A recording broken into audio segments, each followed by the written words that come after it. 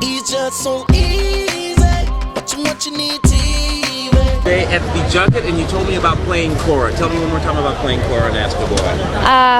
What? Anything specific? Cora's kind of she's a human girl for one thing, down on Earth, getting away from all the trash. Cora, I think, is a pretty sassy individual, and she's a runaway. She's kind of the Peter Pan character of this movie, and she keeps all these young orphans together, and she lives on the surface of the earth, scrounging up robot parts. So what's the difference between playing a real movie and doing the voiceover for? You can come in your pajamas when you do a voiceover. That's pretty fun. That's the best part, I bet. That's great. So tell me, if you could have one superpower, what would it be? Any superpower? Yes, and why? The power of persuasion. Obviously, because I could get everything I needed to get done. Or multiplicity. Okay. Because then I feel like I could just, I could give myself chores, and then everything would run smoothly in my life. I could be like, you wash the dishes, you cook me dinner. Get it all done. Yeah. But knowing myself, I'd probably sass myself, and then it'd be a whole bigger issue. Your dress is beautiful. What are you wearing? Oscar de la Renta. Oh, I love it. Thank you. Hold on, Kristen, right here.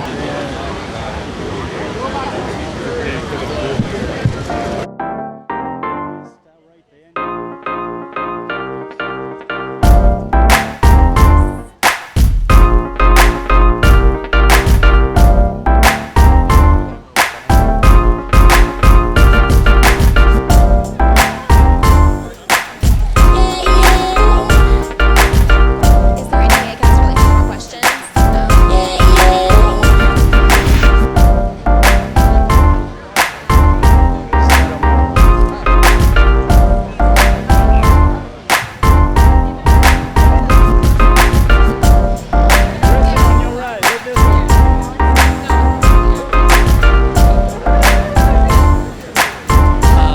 If you could have your own personal robot,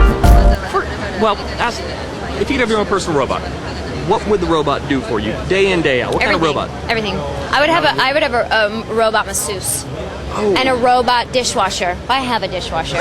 But I would have the masseuse robot would need to be able to stack the dishwasher. Sure, that makes total sense. That's pretty much it. I like that. Should robots be allowed to vote? Pretty pertinent question right now. It depends on what rights they have. If they had rights, absolutely. Very interesting. Let me ask you, whenever you're voice acting, you're working with no one, essentially. It's Yeah. you, the director, empty working room, with myself. loneliness. Take me through that process, the depth of loneliness that you feel while doing these animated movies. Sorry, I went to a very bad place.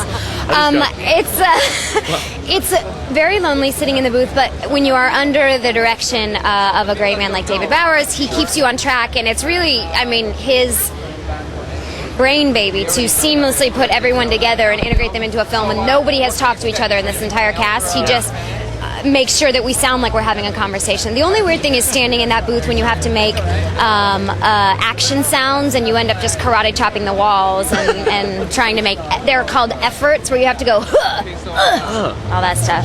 You gag yourself or whatever you need to do. Do you have self-conscious moments in the booth where it's like, okay, I'm about to do this, or as a professional, you don't even think that way? No, I don't think that way, because in the booth I'm usually in my pajamas and no one's looking at me. But there is a little video camera in there, probably to make sure that I don't get out of control, but also so they can videotape your face and what it's doing, so the animators have a little something as reference. All right, we'll let you go with this. I just saw Couples Retreat this weekend with my wife. So you were just in a film with Vince Vaughn, Yes. and now Astro Boy. Similarities between Astro Boy and Vince Vaughn in particular. Astro Boy is a lot taller, and Vince Vaughn has machine guns in his butt. Fair enough. Print, we'll take that. Thank you very much. I appreciate you guys coming Thank over. you. Thanks. It's just so easy. Watching what you need